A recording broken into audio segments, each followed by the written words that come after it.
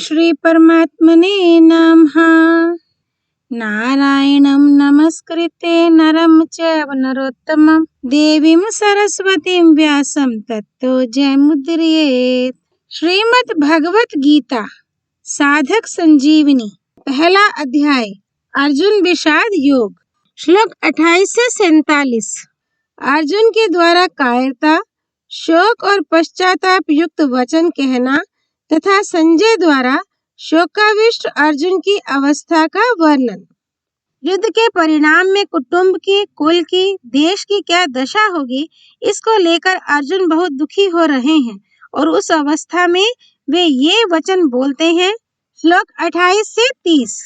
अर्जुना उवाच दृष्ट्वेमां स्वजनं कृष्णं युयुत्सुं समुपस्थितं सीदन्ति मामागत्राणि मुखं च परिशुष्यति वेपथुश्च शरीरे मे रोमहर्षश्च जायते गाण्डीवं स्रस्ते हस्तात्वक चैव परिदह्यते न च शक्नोम्यवस्थातुं भ्रमातीव च मे मनः। अर्जुन बोले, हे कृष्ण, युद्ध की इच्छा वाले इस कुटुंब समुदाय को अपने सामने उपस्थित देखकर मेरे अंग शिथिल हो रहे हैं और मुख सूख रहा है तथा मेरे शरीर में कंपी आ रही है एवं रोंगटे खड़े हो रहे हैं। हाथ से गांडीव धनुष गिर रहा है और त्वचा भी जल रही है। मेरा मन भ्रमित सा हो रहा है और मैं खड़े रहने में भी असमर्थ हो रहा हूँ। व्याख्या। दोनों ओर के कुटुंबियों के मरने की आशंका से अर्जुन को शोक हो रहा है कि किसी भी तरफ का कोई भी मरे, पर वह है तो हमारा ही कुटुंबी। अर्जुन के मन में युद्ध के भावी परिणाम को लेकर चिंता हो रही है, दुख हो रहा है। उस चिंता, दुख का असर अर्जुन के सारे शरीर पर पड़ रहा है। उसी असर को अर्जुन स्पष्ट शब्दों में कह रहे हैं कि मेरे शरीर का हाथ, पैर, मुख आदि एक एक अंग, अवयव शिथिल हो रहा है, मुख सूखता जा रहा है, जिससे बोलना भी कठिन हो रहा है। सारा शरीर थर थर कांप रहा है, शरीर के सभी रोंगटे खड़े हो रहे हैं, अर्थात सारा शरीर रोमांचित हो रहा है। जिस गांडीव धनुष की प्रत्यंचा की टंकार से शत्रु भयभीत हो जाते हैं, वही गांडीव धनुष आज मेरे हाथ से गिर रहा है। त्वचा में, सारे शरीर में जलन हो रही है। मेरा मन भ्रमित हो रहा है, अर्थात मेरे को क्या करना चाहिए ये भी नहीं सूझ रहा है। यहाँ युद्ध भूमि में रथ पर खड़े रहने में भी मैं असमर्थ हो रहा हूँ। ऐसा लगता है कि मैं मूर्छित होकर गिर पड़ूंगा। ऐसे अनर्थ कारक युद्ध में खड़ा रहना भी एक पाप मालूम दे रहा है। पूर्व श्लोक में अपने शरीर के शोक जनित 8 चिन्हों का वर्णन करके अब अर्जुन भावी परिणाम के सूचक शकुनों की दृष्टि से युद्ध करने का अनुचित बताते हैं। श्लोक 31। निमितानि च पश्यामि विपरीतानि केशवा न च श्रेयोनुपश्यामि हत्वा स्वजनम अहवे। हे केशव, मैं लक्षणों, शकुनों को भी विपरीत देख रहा हूँ और युद्ध में स्वजनों को मारकर श्रेय लाभ भी नहीं देख रहा हूँ। व्याख्या। किसी भी कार्य के आरंभ में मन में जितना अधिक उत्साह, हर्ष होता है, वह उत्साह उस कार्य को उतना ही सिद्ध करने वाला होता है। परंतु अगर कार्य के आरंभ में ही उत्साह भंग हो जाता है, मन में संकल्प विकल्प ठीक नहीं होते, तो उस कार्य का परिणाम अच्छा नहीं होता। इसी भाव से अर्जुन कह रहे हैं कि अभी मेरे शरीर में अवयवों का शिथिल होना, कंप होना, मुख का सूखना आदि जो लक्षण हो रहे हैं, ये व्यक्तिगत शकुन भी ठीक नहीं हो रहे हैं। इसके सिवाय आकाश से उल्कापात होना, असमय में ग्रहण लगना, भूकंप होना, पशु पक्षियों का भयंकर बोली बोलना, चंद्रमा के काले चिन्ह का मिट सा जाना, बादलों से रक्त की वर्षा होना आदि जो पहले शकुन हुए हैं, वे भी ठीक नहीं हुए हैं। इस तरह अभी के और पहले के इन दोनों शकुनों की ओर देखता हूँ तो मेरे को ये दोनों ही शकुन विपरीत अर्थात भावी अनिष्ट के सूचक दिखते हैं। युद्ध में अपने कुटुंबियों को मारने से हमें कोई लाभ होगा, ऐसी बात भी नहीं है। इस युद्ध के परिणाम में हमारे लिए लोक और परलोक दोनों ही हितकारक नहीं दिखते, कारण कि जो अपने कुल का नाश करता है वह अत्यंत पापी होता है। अतः कुल का नाश करने से हमें पाप ही लगेगा, जिससे नरकों की प्राप्ति होगी। इन दोनों वाक्यों से अर्जुन यह कहना चाहते हैं कि मैं शकुनों को देखूं अथवा स्वयं विचार करूं, दोनों ही रीति से युद्ध का आरंभ और उसका परिणाम हमारे लिए और संसार मात्र के लिए हितकारक नहीं दिखता। जिसमें ना तो शुभ शकुन दिखते हैं और ना श्रेय ही दिखता है, ऐसी अनिष्ट कारक विजय को प्राप्त करने की अनिच्छा अर्जुन आगे के श्लोक में प्रकट करते हैं। श्लोक 32। नाकांक्षे विजयं कृष्ण ना चा राज्यं सुखानि च किम नो राज्येन गोविंदा किम भोगैर जीवितेन वा। हे कृष्ण, मैं ना तो विजय चाहता हूँ, ना राज्य चाहता हूँ और ना सुखों को ही चाहता हूँ। हे गोविंद, हम लोगों को राज्य से क्या लाभ, भोगों से क्या लाभ अथवा जीने से भी क्या लाभ। व्याख्या। विजय, राज्य और भोग तभी सुख दे सकते हैं जब भीतर में इनकी कामना हो, प्रियता हो, महत्व हो, परंतु हमारे भीतर तो इनकी कामना ही नहीं है। अतः ये हमें क्या सुख दे सकते हैं। इन कुटुंबियों को मारकर हमारी जीने की भी इच्छा नहीं है, क्योंकि जब हमारे कुटुंबी मर जाएंगे तब ये राज्य और भोग किसके काम आएंगे। राज्य, भोग आदि तो कुटुंब के लिए होते हैं, पर जब ये ही मर जाएंगे तब इनको कौन भोगेगा। भोगने की बात तो दूर रही, उल्टे हमें और अधिक चिंता, शोक होंगे। अर्जुन विजय आदि क्यों नहीं चाहते, इसका हेतु आगे के श्लोक में बताते हैं। श्लोक 33। येषाम् अर्थे कांक्षितं नो राज्यं भोगः सुखानि च ता इमे अवस्थिता युद्धे प्राणान् त्यक्त्वा धनानि च। जिनके लिए हमारी राज्य, भोग और सुख की इच्छा है, वे ही ये सब अपने प्राणों की और धन की आशा का त्याग करके युद्ध में खड़े हैं। व्याख्या। हम राज्य, सुख, भोग आदि जो कुछ चाहते हैं उनको अपने व्यक्तिगत सुख के लिए नहीं चाहते, प्रत्युत इन कुटुंबियों, प्रेमियों, मित्रों आदि के लिए ही चाहते हैं। आचार्यों, पिताओं, पितामहों, पुत्रों आदि को सुख आराम पहुँचे, इनकी सेवा हो जाए, ये प्रसन्न रहें, इसके लिए ही हम युद्ध करके राज्य लेना चाहते हैं, भोग सामग्री इकट्ठी करना चाहते हैं। पर वे ही ये सब के सब अपने प्राणों की और धन की आशा को छोड़कर युद्ध करने के लिए हमारे सामने इस रणभूमि में खड़े हैं। इन्होंने ऐसा विचार कर लिया है कि हमें ना प्राणों का मोह है और ना धन की तृष्णा है। हम मर बेशक जाएं, पर युद्ध से नहीं हटेंगे। अगर ये सब मर ही जाएंगे तो फिर हमें राज्य किसके लिए चाहिए, सुख किसके लिए चाहिए, धन किसके लिए चाहिए, अर्थात इन सब की इच्छा हम किसके लिए करें। जिनके लिए हम राज्य, भोग और सुख चाहते हैं वे लोग कौन हैं, इसका वर्णन अर्जुन आगे के 2 श्लोकों में करते हैं। श्लोक 34 और 35। आचार्याः पितरः पुत्रास्तथैव च पितामहः मातुलः श्वशुरः पौत्रः श्यालाः सम्बन्धिनस्तथा एतान् न हन्तुम् इच्छामि ज्ञातोऽपि मधुसूदन अपि त्रैलोक्य राज्यस्य हेतुः किं नु महि कृते। आचार्य, पिता, पुत्र और उसी प्रकार पितामह, मामा, ससुर, पौत्र, साले तथा अन्य जितने भी संबंधी हैं, मुझ पर प्रहार करने पर भी मैं इनको मारना नहीं चाहता। और हे मधुसूदन, मुझे त्रिलोकी का राज्य मिलता हो तो भी मैं इनको मारना नहीं चाहता। फिर पृथ्वी के लिए तो क्या, काम, क्रोध और लोभ, ये तीनों ही नरक के द्वार हैं। वास्तव में एक काम के ही ये 3 रूप हैं। ये तीनों सांसारिक वस्तुओं, व्यक्तियों आदि को महत्व देने से पैदा होते हैं। काम अर्थात कामना की 2 तरह की क्रियाएं होती हैं, इष्ट की प्राप्ति और अनिष्ट की निवृत्ति। इनमें से इष्ट की प्राप्ति भी 2 तरह की होती है, संग्रह करना और सुख भोगना। संग्रह की इच्छा का नाम लोभ है और सुख भोग की इच्छा का नाम काम है। अनिष्ट की निवृत्ति में बाधा पड़ने पर क्रोध आता है, अर्थात भोगों की संग्रह की प्राप्ति में बाधा देने वालों पर अथवा हमारा अनिष्ट करने वालों पर, हमारे शरीर का नाश करने वालों पर क्रोध आता है, जिससे अनिष्ट करने वालों का नाश करने की क्रिया होती है। इससे सिद्ध हुआ कि युद्ध में मनुष्य की दो तरह से ही प्रवृत्ति होती है, अनिष्ट की निवृत्ति के लिए अर्थात अपने क्रोध को सफल बनाने के लिए, और इष्ट की प्राप्ति के लिए अर्थात लोभ की पूर्ति के लिए।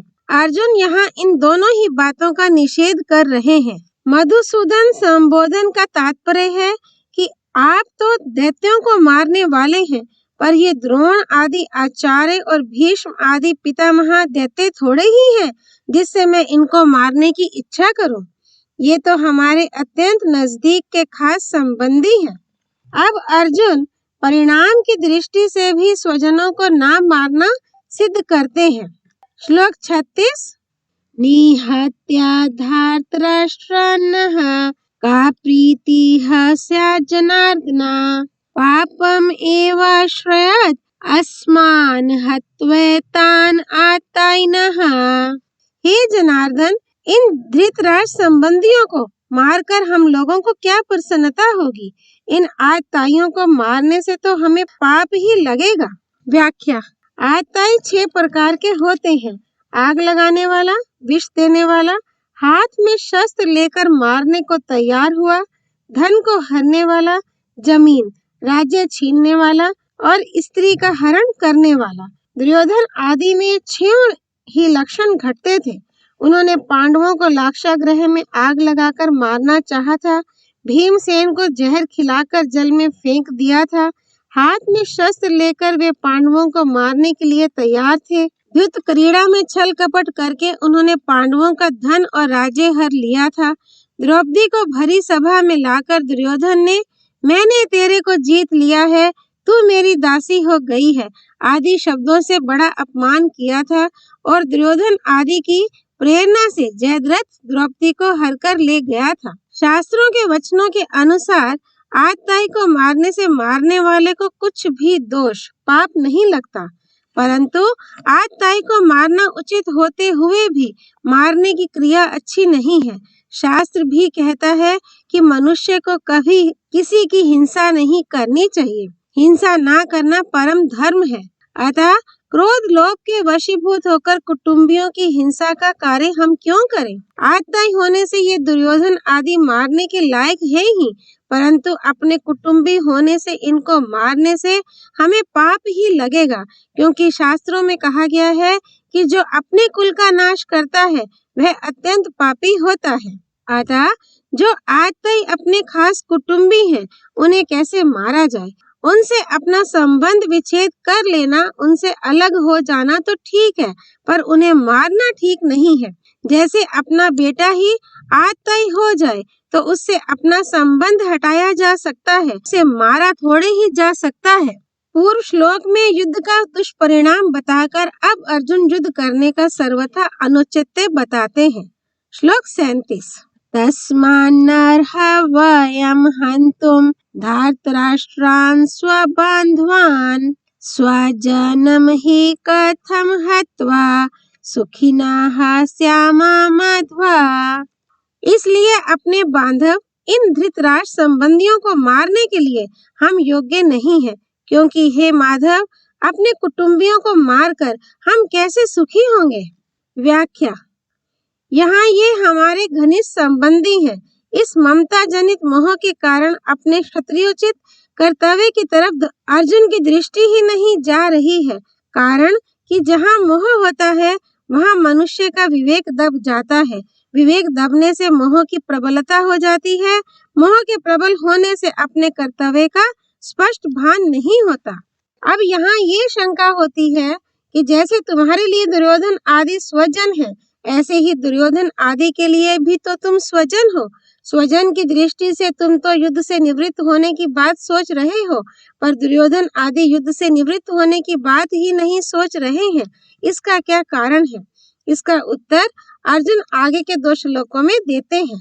श्लोक 38 और 39 यद्यप्येते न पश्यन्ति लोभोपहत चित्सः कुलक्षय कृतं दोषं मित्रद्रोहे च पातकम् कथं न गयामस्माभिः पापाद् अस्मान् निवृत्तितुं कुलक्षय कृतं दोषं प्रपश्यद्भिर्जनार्दन। यद्यपि लोभ के कारण जिनका विवेक विचार लुप्त हो गया है, ऐसे ये दुर्योधन आदि कुल का नाश करने से होने वाले दोष को और मित्रों के साथ द्वेष करने से होने वाले पाप को नहीं देखते, तो भी हे जनार्दन, कुल का नाश करने से होने वाले दोष को ठीक ठीक जानने वाले हम लोग इस पाप से निवृत्त होने का विचार क्यों न करें। व्याख्या। इतना मिल गया, इतना और मिल जाए, फिर ऐसा मिलता ही रहे, ऐसे धन, जमीन, मकान, आदर, प्रशंसा, पद, अधिकार आदि की तरफ बढ़ती हुई वृत्ति का नाम लोभ है।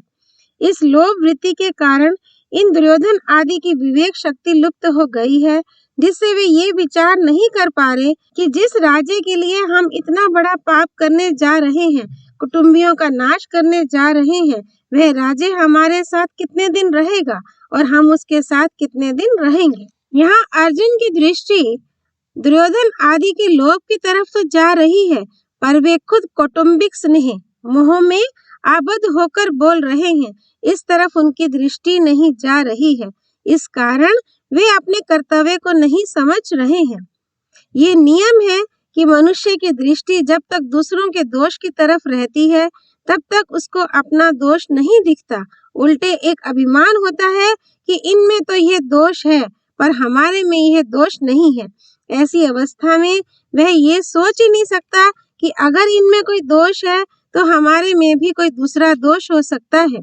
दूसरा दोष यदि ना भी हो तो भी दूसरों का दोष देखना, ये दोष तो है ही, दूसरों का दोष देखना एवं अपने में अच्छाई का अभिमान करना, ये दोनों दोष साथ में ही रहते हैं। अर्जुन को भी दुर्योधन आदि में दोष दिख रहे हैं और अपने में अच्छाई का अभिमान हो रहा है। अच्छाई के अभिमान की छाया में मात्र दोष रहते हैं, इसलिए उनको अपने में मोहरूपी दोष नहीं दिख रहा है। कुल का क्षय करने से होने वाले जिन दोषों को हम जानते हैं, वे दोष कौन से हैं? उन दोषों की परंपरा आगे के 5 श्लोकों में बताते हैं।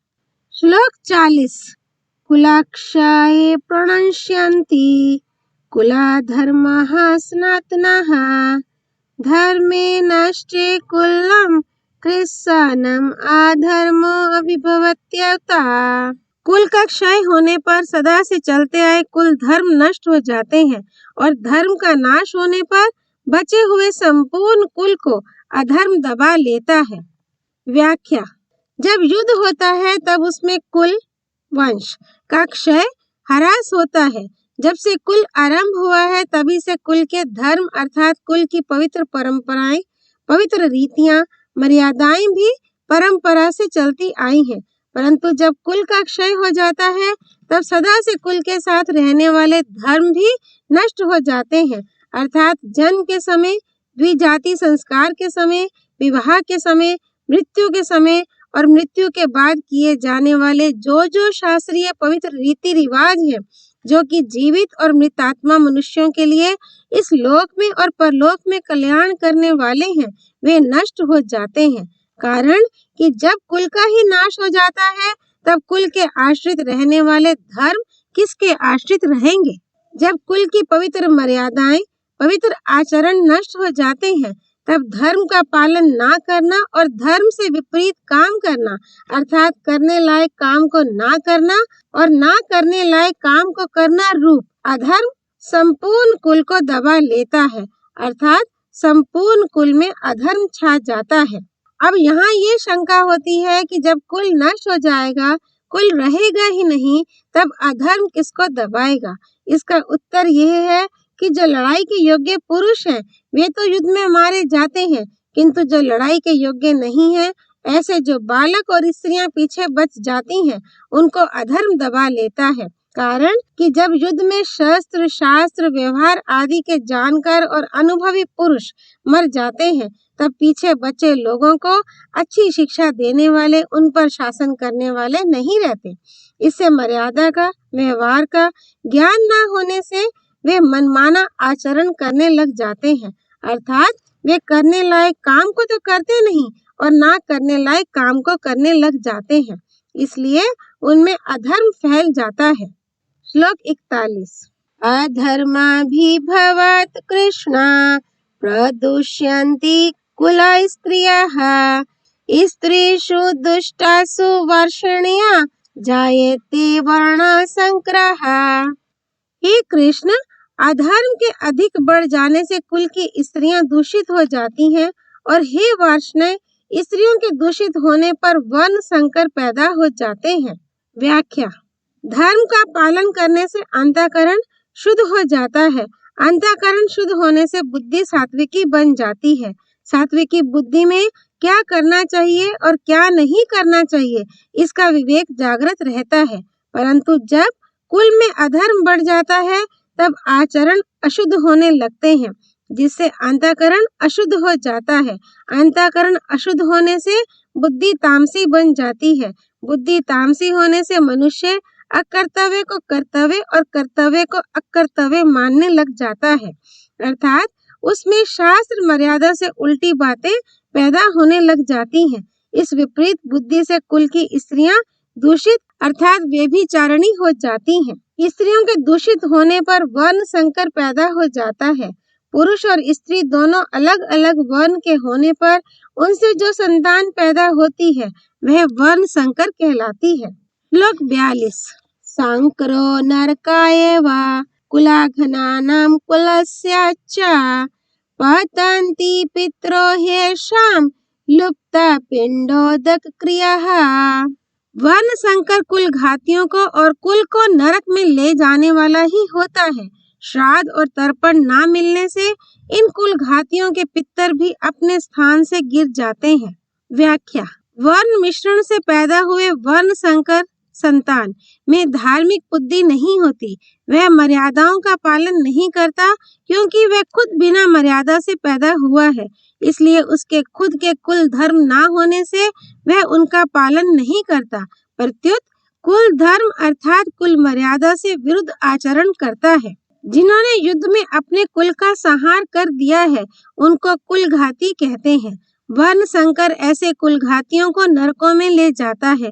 केवल कुल घातियों को ही नहीं, प्रत्युत कुल परंपरा नष्ट होने से संपूर्ण कुल को भी वह नरकों में ले जाता है। जिन्होंने अपने कुल का नाश कर दिया है, ऐसे इन कुल घातियों के पितरों को वर्ण संकर के द्वारा पिंड और पानी, श्राद्ध और तर्पण ना मिलने से उन पितरों का पतन हो जाता है। कारण कि जब पितरों को पिंड पानी मिलता रहता है, तब वे उस पुण्य के प्रभाव से ऊंचे लोकों में रहते हैं। परंतु जब उनको पिंड पानी मिलना बंद हो जाता है, तब उनका वहां से पतन हो जाता है, अर्थात उनकी स्थिति उन लोकों में नहीं रहती। पितरों को पिंड पानी ना मिलने का कारण ये है कि वर्ण संकर की पूर्वजों के प्रति आदर बुद्धि नहीं होती। इस कारण उनमें पितरों के लिए श्राद्ध तर्पण करने की भावना ही नहीं होती। अगर लोक लिहाज में आकर वे श्राद्ध तर्पण करते भी हैं, तो भी शास्त्र विधि के अनुसार उनका श्राद्ध तर्पण में अधिकार ना होने से वह पिंड पानी पितरों को मिलता ही नहीं। इस तरह जब पितरों को आदर बुद्धि से और शास्त्र विधि के अनुसार पिंड जल नहीं मिलता, तब उनका अपने स्थान से पतन हो जाता है। परिशिष्ट भाव। पितरों में एक आजान पितर होते हैं और एक मरते पितर। पितर लोक में रहने वाले पितर आजान हैं और मनुष्य लोक से मरकर गए पितर मरते हैं। श्राद्ध और तर्पण ना मिलने से मरते पितरों का पतन होता है। पतन उन्हीं मरते पितरों का होता है जो कुटुंब से, संतान से संबंध रखते हैं और उनसे श्राद्ध तर्पण की आशा रखते हैं। श्लोक 43। दोषेर एतेह कुलाघनानां वर्णासंकराकारकेह उत्साद्यन्ते जाति धर्माः कुलाधर्माश्च शाश्वतः। इन वर्ण संकर पैदा करने वाले दोषों से कुल घातियों के सदा से चलते आए कुल धर्म और जाति धर्म नष्ट हो जाते हैं। कुल धर्म और जाति धर्म क्या है? एक ही जाति में एक कुल की जो अपनी अलग अलग परंपराएं हैं, अलग अलग मर्यादाएं हैं, अलग अलग आचरण है, वे सभी उस कुल के कुल धर्म कहलाते हैं। एक ही जाति के संपूर्ण कुलों के समुदाय को लेकर जो धर्म कहे जाते हैं, वे सभी जाति धर्म अर्थात वर्ण धर्म कहलाते हैं, जो कि सामान्य धर्म है और शास्त्र विधि से नियत है।